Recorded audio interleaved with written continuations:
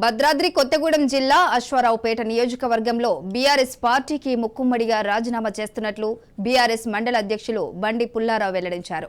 జిల్లా అధ్యక్షులను రాజీనామా లేఖను పంపడం జరిగిందని, పార్టీకి క్రియాశీల సభ్యత్వానికి రాజీనామా చేస్తున్నట్లు లేఖలో తెలిపారు.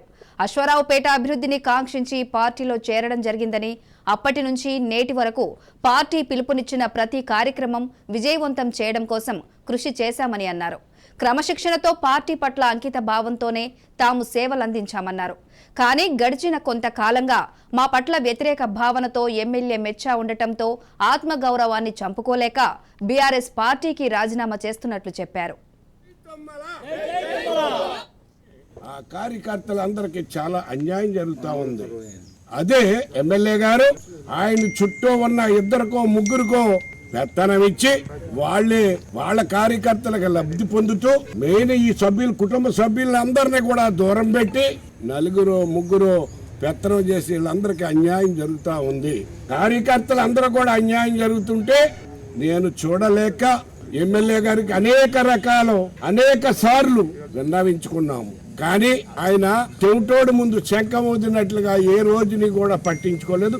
ఏ రోజుని కూడా ఒక మండల పార్టీ అధ్యక్షులుగా చూడలేదు.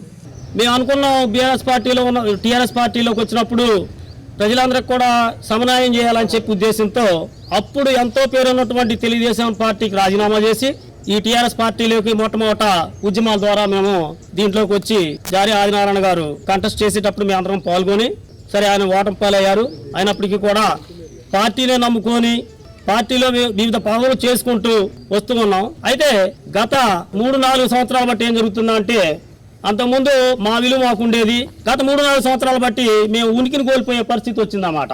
దానికి ప్రత్యామ్నాయంగా ఆలోచించి ఏం చేద్దాం అని చెప్పేసి మీ అందరం కూడా ఇలుగులేని దాంట్లో ఎలా ఉంటాం, మన పార్టీయే కాదంటలేదు. అవతల ఆయన ఎన్నిసార్లు పిలిచినా కానీ కదలకలేదు.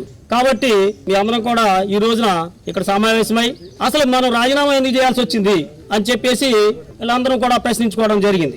ప్రభుత్వం ఇచ్చేటటువంటి వివిధ లబ్ధిలు కూడా పథకాలు ఉన్నాయి. ఆ పథకాలలో పాత టీఆర్ఎస్ పార్టీ కార్యకర్తలకి అందరికీ కూడా 100% అన్యాయం జరిగింది. వాళ్ళందరూ కూడా మా పార్టీ ప్రెసిడెంట్ గారికి, సొసైటీ చైర్మన్ అయిన నాకు కూడా చెప్పుకో